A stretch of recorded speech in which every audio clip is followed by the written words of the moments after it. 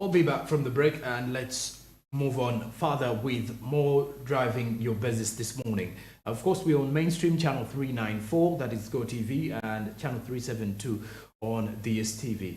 Quickly be reminded that you can kickstart off your investment journey with Zabo, a platform by Altex East Africa. The markets are going to be open at 8:15 a.m. and you'll definitely kickstart off your journey of investment. You should be having your national identification number ready if you don't have an account yet, and it will be very helpful for you to see your investments grow with time. And of course, with Zabo, a platform by Altex East Africa, it is very easy for you, just because with a minimum of 15,000 Ugandan shillings, you'll be able to invest in these bonds and then kickstart off your journey. You'll see your money grow because your money is your future. Zabo is a platform by Altex East Africa, and it gives you chances of ideally becoming what you want to become in the simplest ways possible. Markets open at 8:15 a.m. and close at 3:15 p.m. and of course, do remember these markets are closed during public holidays and also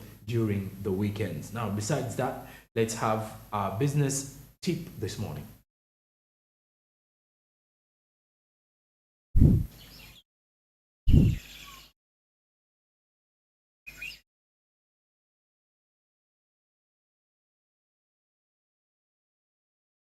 The business tip says stick to the budget. Overspending can be the death of your business. In fact, according to a study conducted by the US Bank, 82% of small businesses fail due to poor cash flow management. When creating your budget and business plan, a tip is to overestimate expenses and underestimate income.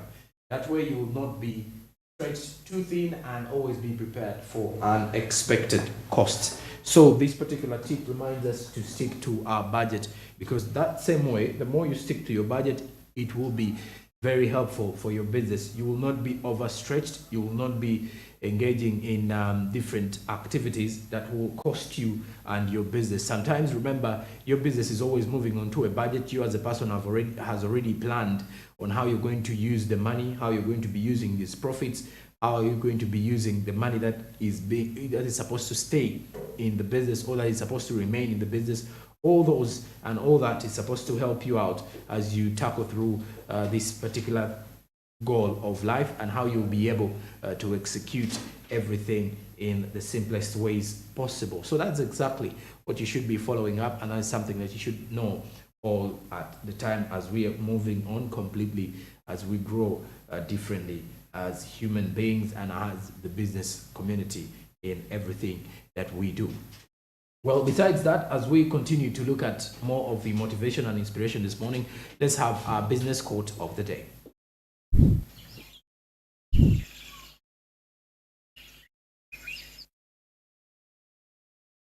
Helen Keller, an American author, says that character cannot be developed in ease and quiet. Only through experience of trial and suffering can the soul be strengthened, ambition inspired, and success achieved. So there is something about developing your character as a business person and also developing your character as an individual. That is something that is not easily going to be solved within ease and quiet. You're always supposed to face some serious trial, experience some suffering a bit, and see how you're going to walk away through it. Well, sometimes people do get a smooth flow of their life, and it's something that you never know. You may experience as well as an individual, but at the end of it all, you get to realize that sometimes it's not that easy. It's not that simple for you to live a smooth life throughout. So your character has to be shaped entirely by looking at how you're going to walk through and how you'll be able to execute some of these things. But remember, it's not an easy getter. You always have to pass through some difficult times for you to see how you will be able to pass through some of these particular situations. And of course, surely that is our business tip this morning, as now we move into another segment, and this time around looking at the social media trends. Well, before we actually head into the social media trends, now, a few weeks back, there was a report that was released, and that Richard Biarugaba will not receive a contract renewal from government. And that is something that created tension, and of course everyone had their own opinion on social media regarding the fact that there was something to do with a crisis, that people are like, maybe the MD did something wrong that no one knows, and investigations may be going on. Everyone has got a different side of their story regarding this particular one. Now, the social media trends that we're actually going to be looking at are basically about NSSF, where everyone was giving in the engagements were directed through NSSF, not only in Uganda, meanwhile, also NSSF in Kenya. There is something to do with the World Bank supporting the kind of the increase of the money that is supposed to be rendered to NSSF, because according to the World Bank, 200 Kenyan shillings is too low to be rendered to the world to NSSF, that is for the retirement benefits. So our particular social media trends will not only rotate around NSSF Uganda, but also NSSF Kenya. Let's have more of these ones in our social media trends this morning.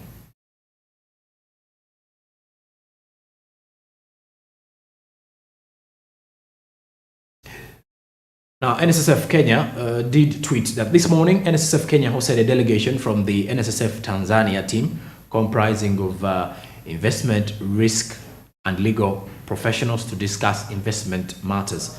Hashtag NSSF Kenya.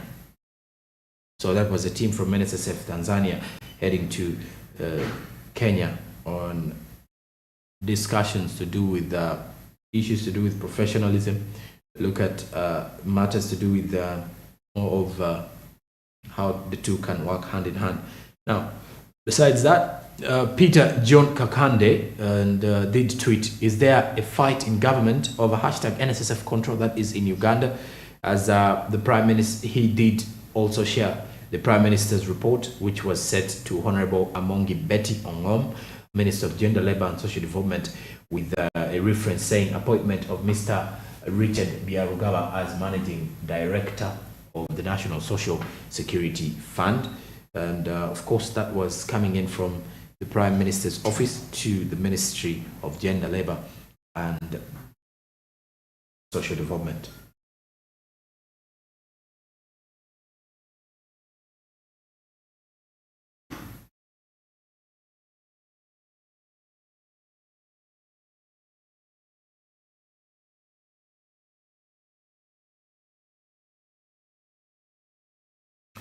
Then the other report is the other tweet from Rogers Atukunda at RARIGS, hashtag Paka Last. Prime Minister Robin Anabanja directs Gender Minister Betty Amongi to reappoint Richard Biarugaba as at NSSF UG, hashtag NSSF Managing Director. Also he did as well include the pictures portraying that particular appointment letter, which was to see Richard Biarugaba get back. The current acting managing director is Mr. Iota for NSSF. Now, also on the other hand, Mohereza Chamtetera at St. Chamtetera with a tweet that with an impeccable performance record as Richard Biarugaba has grown the fund 10 times in 12 years, member satisfaction at 86%, etc. One would think it is easy for Minister Betty Amongi to reappoint him, but not even the Attorney General's advice will move her. And of course, that is according to CEO.co.ug. What exactly is Gender Minister Betty Amongi's problem with NSSF is Richard? That was worth a read on the platform there. So the crisis in NSSF does continue. Betty Amongi and Richard Biarugaba. People do believe maybe there is something between the two that needs to first of all be cleared out of line before we go into any other discussion. Now, also at Kelvin Omukungu, at K Omukungu says, in hindsight, the NSSF Managing Director, Richard Biarugaba, is more powerful than the Minister Betty Amongi, who oversees NSSF. Uganda is unique. And it's according to Kelvin Omukungu.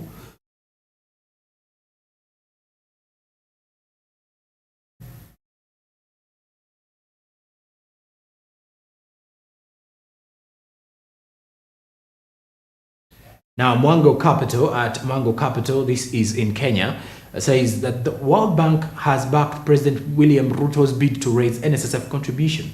Now, according to this, the mandated contribution rate to the NSSF is extremely low, with the average contribution amounting to 1% less of the average of the private sector wage. Now, the government should amend the NSSF 2013 Act to allow higher contributions. That is according to Mango Capital, with the fact that the World Bank has backed President William Ruto's move in that way.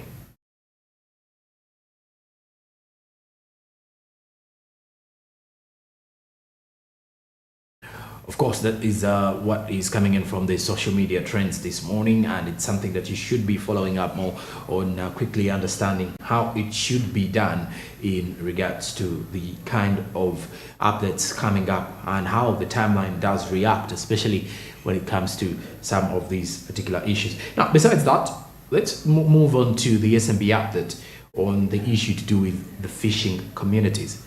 The Army is averagely handling the fishing business in most of the areas. I did kickstart off with this particular one, reminding you that fishermen are saying they do not invest, and they end up having, there's a report that fishermen do not invest and they end up having their money in luxury, spending money with women, and then leaving immature fish to grow. So with this particular update, we look at how the fishing communities are adapting and what challenges they've been facing throughout the year of 2022. Then also how they will be able to overcome them looking forward in 2023. Let's have more of this in the SMB update this morning. I represent a fishing community, Chamuswa in Kalanga, Sese Islands, where I want to say people go to enjoy themselves recklessly in celebration and commemoration of public days. But I know with the national census or the AIDS prevalence as it is in the whole world, in the whole country here, they say the prevalence has gone down to 5 or 5.8%. But in Kalangala, in the fishing communities, every 100 people who offer themselves voluntarily to test, 28 are positive. That means if we had tested all the big numbers, maybe the prevalence still would be high. So this calls on to caution our people. You go to celebrate. There's no big day that is bigger than your life. Even when we are celebrating the birth of Jesus Christ, the end of the year, the beginning of the year, your life is bigger than that. So as you choose to celebrate and to take memories, just be aware HIV/AIDS prevalence is high. It can claim you. You may be safe today.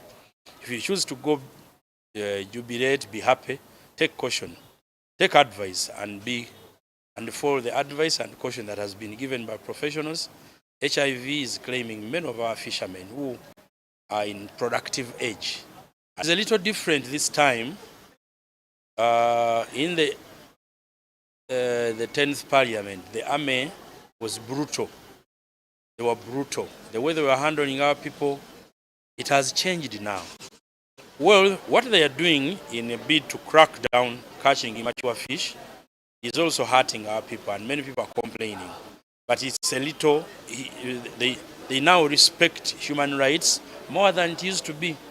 We have asked our people, you can't be rich in a year. You may want to be rich, trying to catch fish, immature fish at night, they arrest you, or the army chases you, you fall and drown in water. Let us wait, or let us work together with the government. Let us take other programs the government has given us, development programs, to stimulate our ways of living and incomes other than catching immature fish.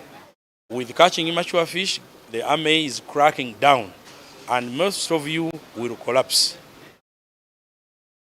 I would ask you to quit catching immature fish, our people. Is one commodity that is lucrative in nature, doing fishing business. And many people who are doing fishing business always had money. That's why many people are being attracted from the mainland, the non-islands, to the islands, because people had money. And especially women, Many women, I don't know why, they do not want to work even when they are able. I'm sorry to say so, there are some who value working and earn out of their sweat and hard work. But those who say, let me go and wait for people who have worked, the fishermen used to have their money and used to not find value with it. The problem had been that there are fewer women on fishing villages and landing sites than men. The population census of the last census we took put Kalangala, or the fishing communities, specifically Kalangala, 4 to 1. 1 woman, 4 men, or 1 female, 4 males. So, if an active woman can afford to try to serve more men, and if infected, will infect many others. But the biggest causes for the spread of HIV/AIDS in the island is that this immigrant population. When women do not want to be stigmatized, so if she loses a husband, she will want to migrate to a place where they don't know any history about her. Some of them, even when they are weak, their bodies are worn out. After a few days, after eating the proteins in the fish, the bodies will come back again and they will get active again. So the people who natively live there would be free if we were not receiving visitors of that nature. But ideally, all the truth is, the fishermen will have money and have nothing to buy with it. So it's about drinking, matatu, cards, or betting, all those activities, and going into lodges. That's it. In Kalangala, we go to lodges even in the morning, in the afternoon. We go to lodges, including us, the leaders. Lodges is a normal thing.